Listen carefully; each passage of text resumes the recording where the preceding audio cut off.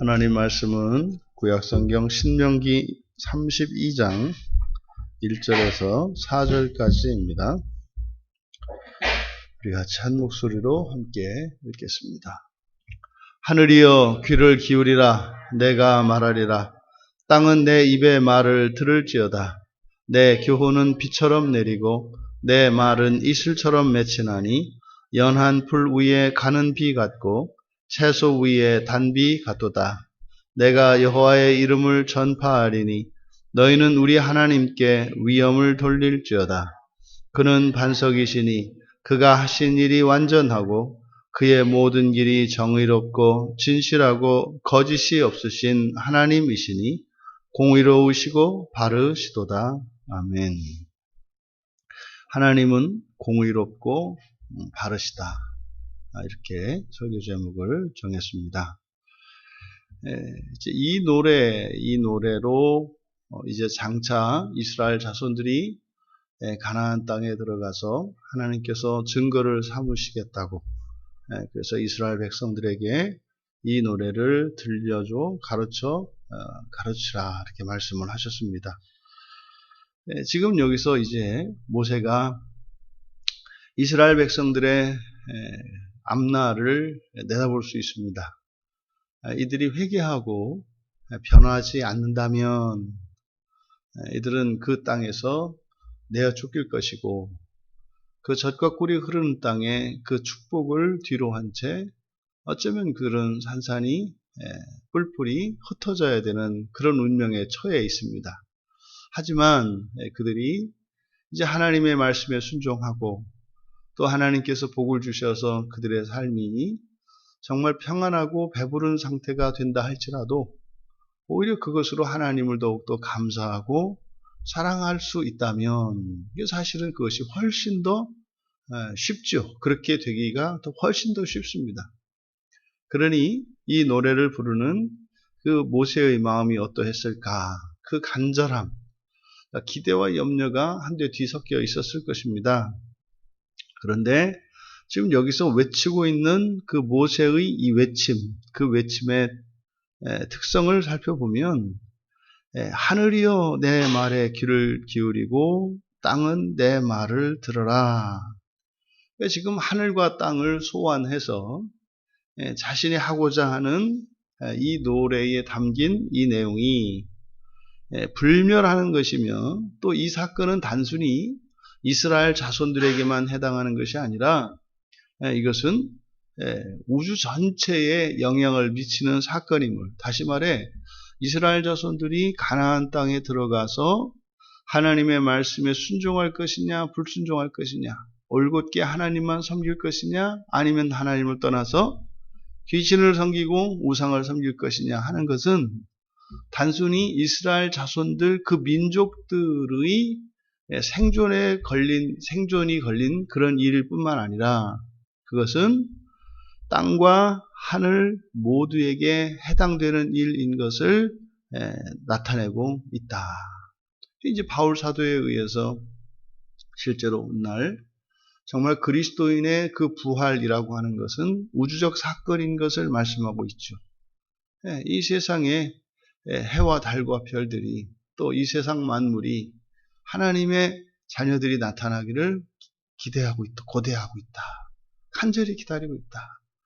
이것은 오늘날 우리들의 삶이 단순한 인생 100년에 속한 것이 아니고 한 인간, 한 개인에 속한 그런 것이 아니라 우주적인 삶인 것을 우리에게 가르쳐 줍니다. 또 이어서 2절에 내 교훈은 비처럼 내리고 내 말은 이슬처럼 맺히나니 연한 풀 위에 가는 비 같고 채소 위에 단비 같도다. 이거는 거의 시죠. 굉장히 서정적인 표현입니다. 내 교훈은 비처럼 내리고, 그러니까 비와 이슬을 짝지우고 있습니다.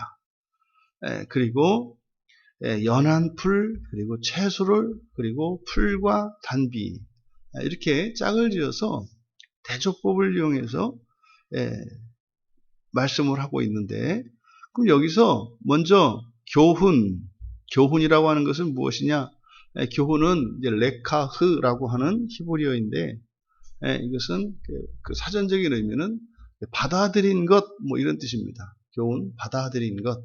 그러니까요, 모세가 여호와 하나님의 계시를 받고, 그리고 그가 깨닫게 되어서 선포하는 가르침, 뭐 이런 의미겠죠. 그러니까 자신의 생각이나 자신의 가르침이 아니라 뭐예요? 하나님의 가르침이라는 뜻이죠. 그런데 또 하나님의 가르침이라고 했을 때 그냥 자신은 그걸 깨닫지도 못하고 그냥 기계적으로 그걸 들은 거를 이렇게 전달하는 것이 아니라 뭐예요?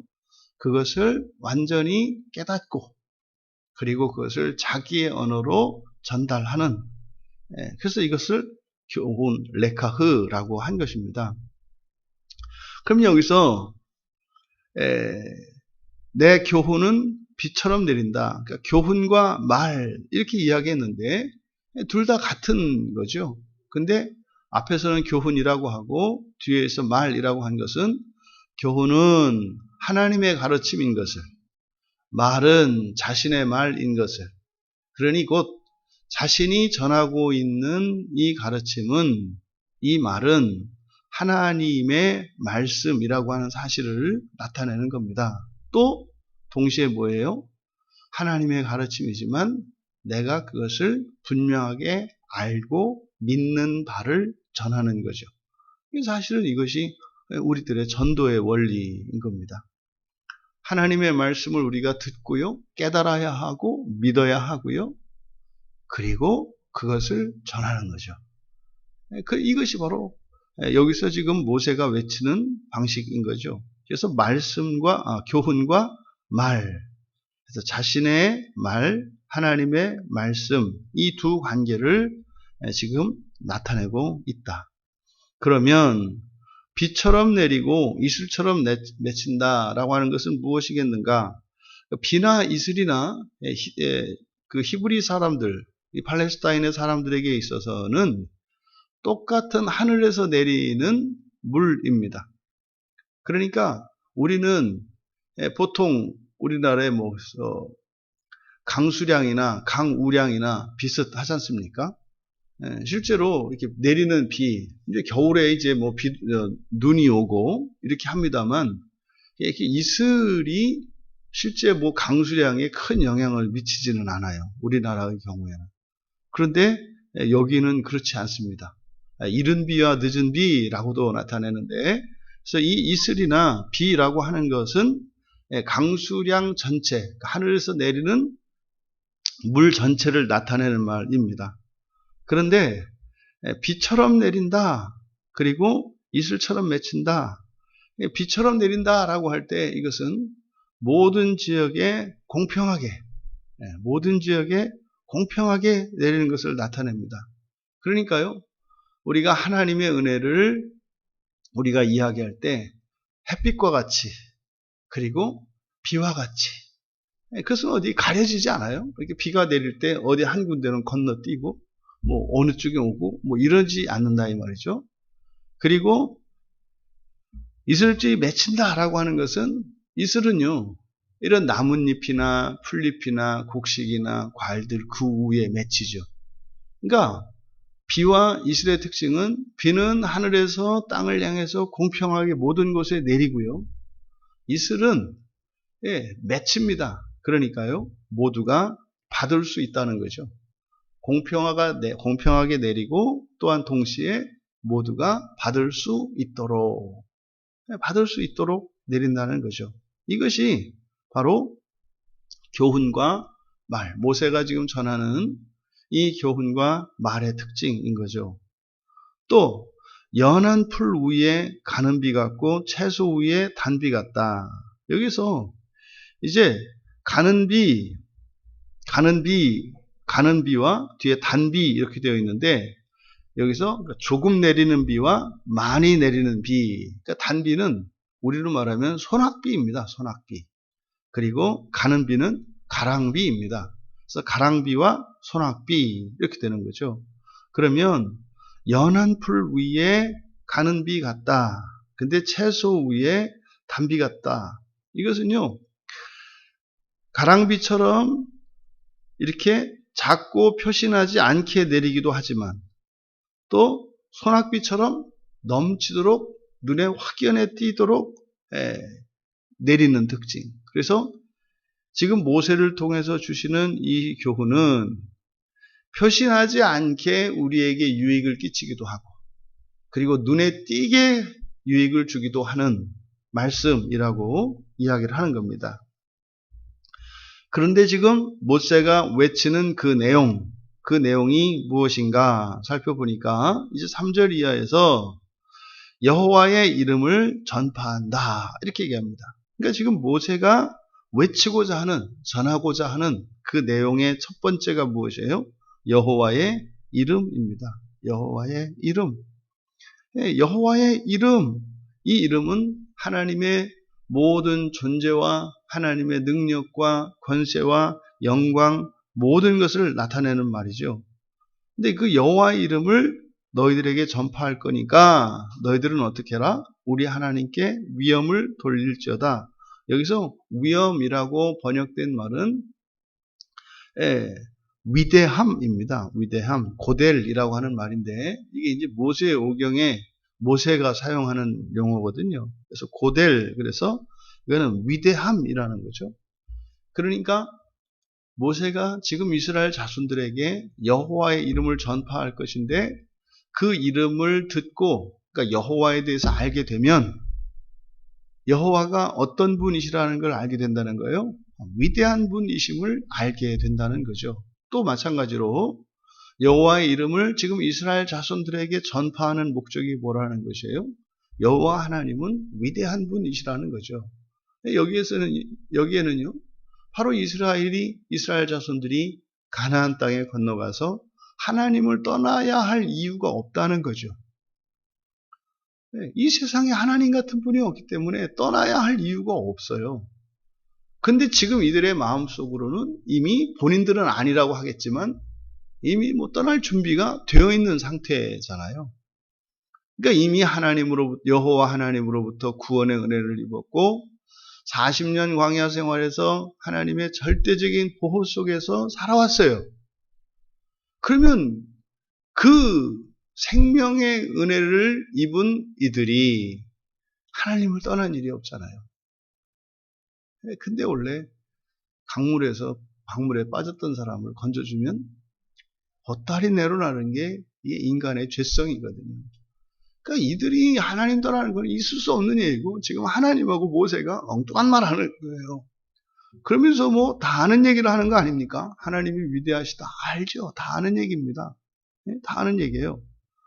그리고 이어서요. 그는 반석이시니 그가 하신 일이 완전하다. 그래서 이 반석이라고 하는 말은 우리는 알죠. 이게 바로 그리스도 예수의 예표거든요. 반석은. 그러니까 구약의 성도들에게는 그냥 반석이 가지고 있는 안전하고 그리고 부동의 의미죠. 변함이 없는, 불변하고 움직이지 않는, 그리고 안전한, 이것이 반석의 의미입니다. 근데 여기서 그가 반석이시다. 이 말씀 안에는 우리 신약의 성도들은 이 말씀에서 우리는 어떤 계시를 얻어요? 하나님이 사람으로 오실 거다라는 거거든요. 사람으로 오실 거다. 오셔서 어떻게 해요?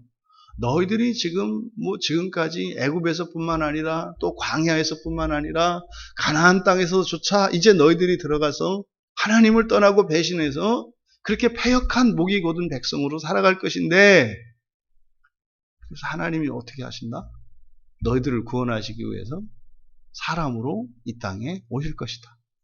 그래서 하나님의 구원은 절대적으로 이것은 불변하는 것임을 나타내는 거죠. 이게 여호와 하나님이 반석이시다라는 말이에요.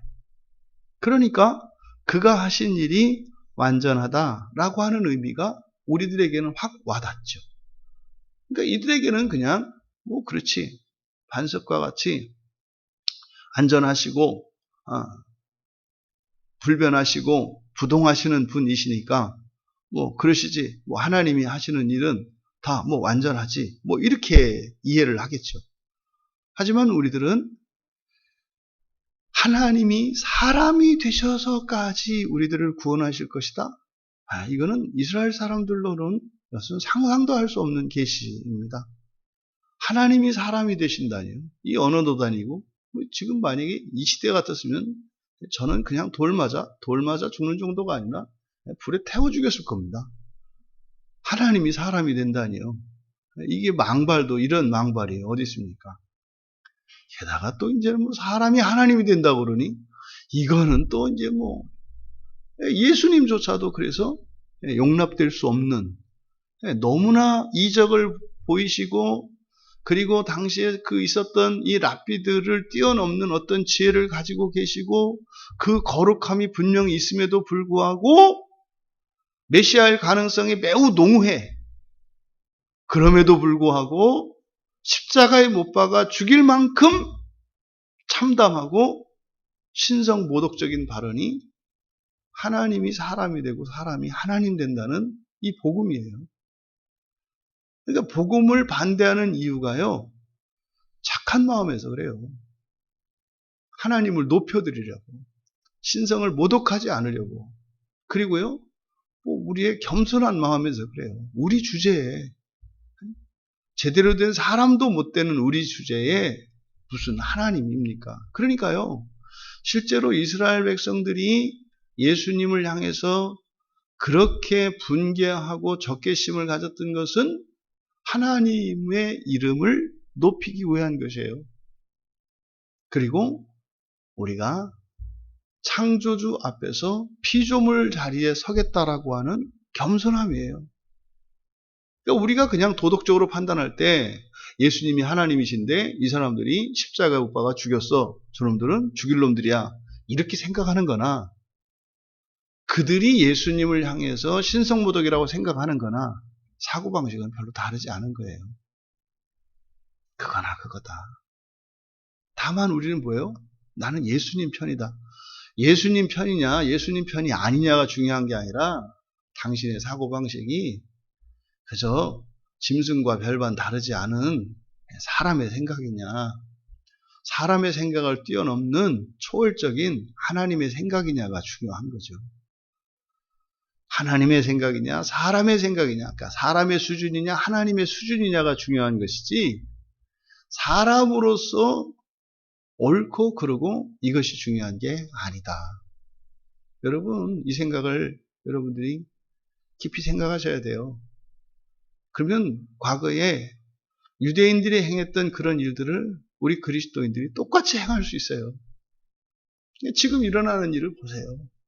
예수님이 오셨을 때 예수님을 향하여 그들이 가졌던 이런 마음가짐과 생각들, 판단들 그리고 그들이 예수님께 행했던 일들 이것을 가지고 우리들 자신을 보라고요.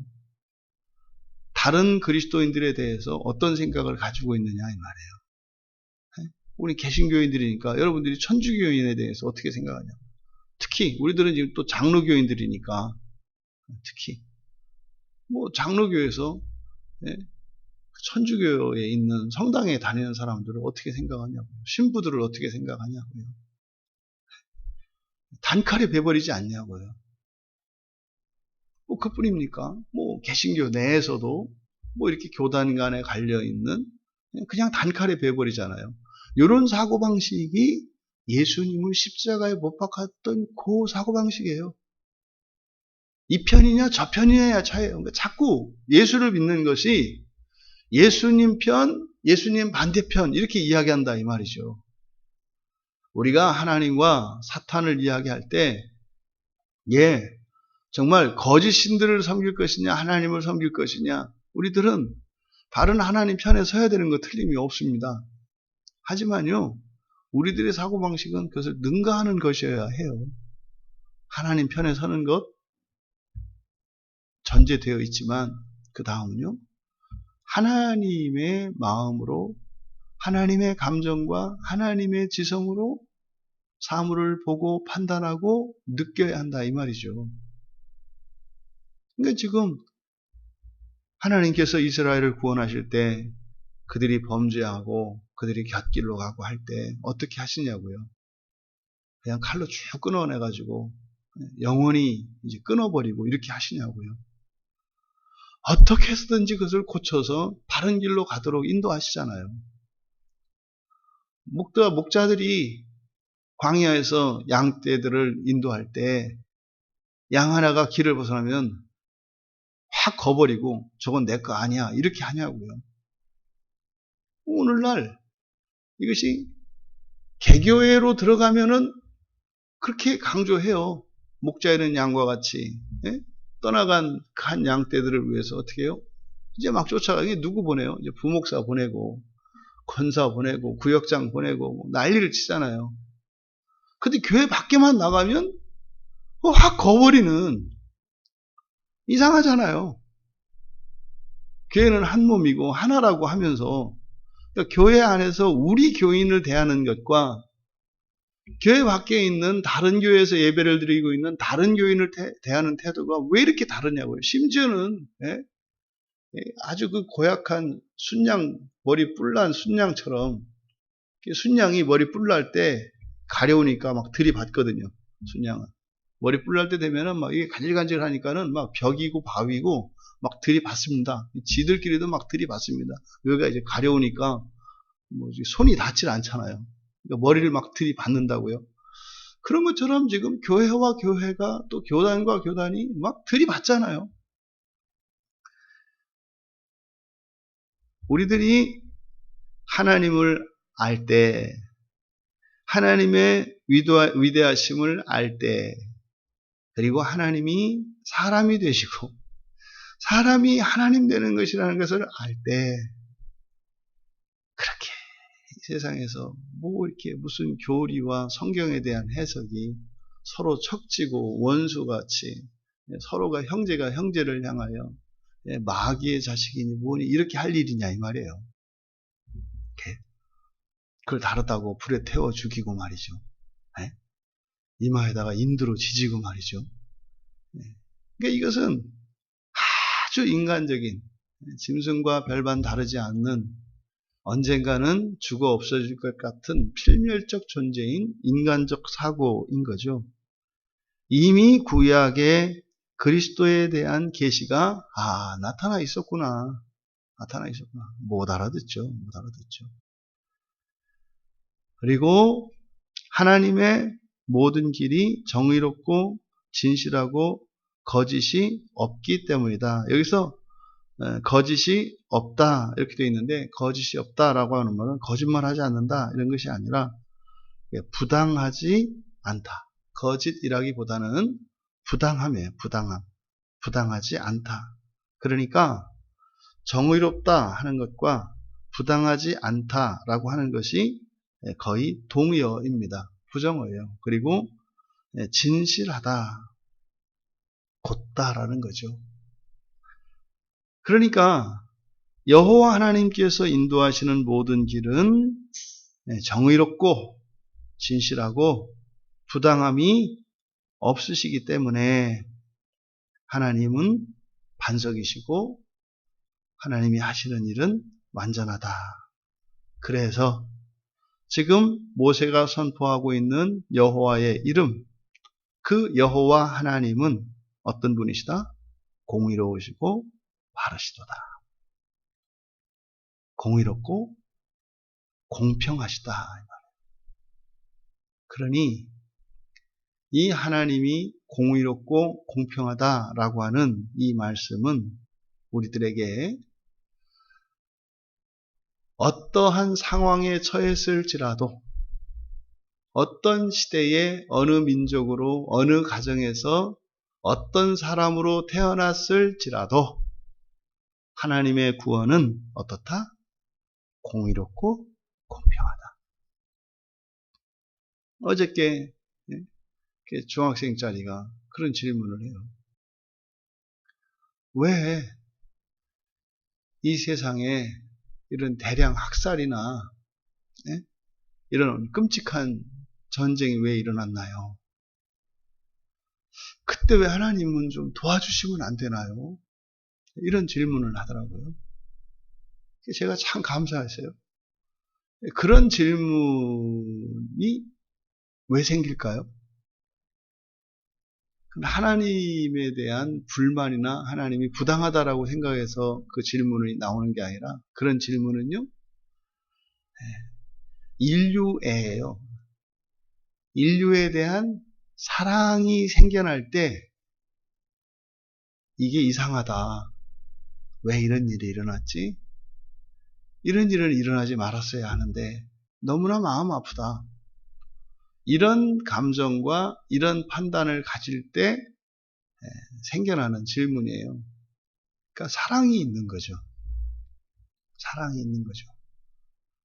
그래서 그 이야기를 해줬어요. 그때 하나님께서 그런 끔찍한 만행들이 일어나고 대량 학살이 일어날 때 하나님께서 모른 척 하신 것이 아니라 그것이 원래 1년 내내 일어나야 되는 일인데 평소에 하나님께서 억제하셔서 그런 일이 역사에 가끔 한 번 일어나는 거란다. 그렇게 하나님께서 끔찍한 일들이 일어나지 않도록 우리의 매일매일의 일상 가운데에서 하나님께서 은혜를 베풀어 주시는 것인데 그것을 거두실 때는 그럴 만한 우리를 위한 그 사랑과 우리를 위한 하나님의 구원의 목적을 위해서 그런 거란다. 너무나 마음이 아프지만 하나님께서도 그렇게 하지 않으시면 더 우리들에게 큰 위험이 있을 때 일어나는 일이다. 그들이 금세 받아들이더라고요. 여러분, 하나님은 공의로우시고 공평하십니다. 어떤 경우에도요. 그럼 이들이 하나님을 떠날 때 바로 하나님이 공의로우시고 공평하시다라고 하는 이 사실을 기억하고 있다면 우리가 이해할 수 없는 환경에 노출되었을 때 그리고 우리 안에 평생 생각해보지 않았던 그런 생각과 잘못된 감정이 일어날 때 그때 하나님은 우리의 판단에 의해서 하나님이 결정이 되는 것이 아니라 하나님은 공의로우시고 공평한 분이시라는 사실을 분명히 기억해서 그 환경과 상황 속에서 또 내 안에 드는 감정과 이런 판단들을 거기에 맞춰야 되는 거예요. 이것이 사람의 생각과 하나님의 생각의 차이인 겁니다. 그래서 우리가 신앙생활 하다 보면 하나님을 떠나고 싶을 때가 있어요. 떠난다고 하는 의미가 뭐 이제 믿지 못하겠고 뭐 이런 의미가 아니에요. 그냥 하나님이 싫어질 때가 있다고요. 이유도 없이 싫어요. 그럴 때가 있어요. 그리고 부당하게 차별하는 것 같은 때가 와요. 그러면 우리가 경험하고 있는 그 환경을 통해서 하나님을 판단할 것이 아니라 우리는 하나님을 어떻게 해요? 성경 말씀을 통해서 하나님을 판단해야 된다. 그렇게 놓으면 이 상황에 대한 해석과 의미가 달라지죠. 이렇게 살아가는 겁니다. 그러면요, 길이 끊긴 곳에 길이 나고요. 물이 없는 곳에 시내와 강물이 생겨납니다. 광야와 같이 마른 곳에 푸른 초장이 이루어집니다. 이것이 믿음의 삶입니다.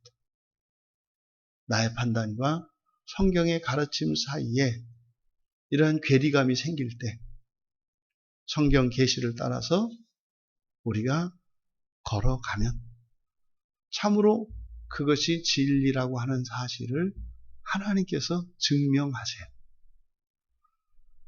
하나님은 어떤 경우에도 공의로우시고 바라시다. 공의로우시고 공평하시다. 믿음의 길을 따라 그렇게 하나님의 하나님 되심을 여러분들이 확인하고 그래서 여러분이 그 하나님 닮아가고 있다는 사실이 하나님께 영광을 돌릴 뿐만 아니라 여러분 자신에게 영광이 되고 여러분 자신으로 하나님의 영광을 나타낼 수 있기를 주님의 이름으로 축원합니다. 존귀하신 하나님, 하나님은 공의로우시고 공평하십니다. 지금껏 저희들이 인생을 살아오며 언제나 하나님은 공의로우셨고 공평하셨습니다. 또한 저희들이 부활에 이르기까지 언제나 공의롭고 공평하십니다. 하나님, 그 어떠한 환경 속에서도 하나님의 공의로우심과 공평하심을 잊지 않게 하시고 믿음을 따라 승리하는 주의 자녀들 다 되게 하옵소서. 감사하며 예수님의 이름으로 기도하옵나이다.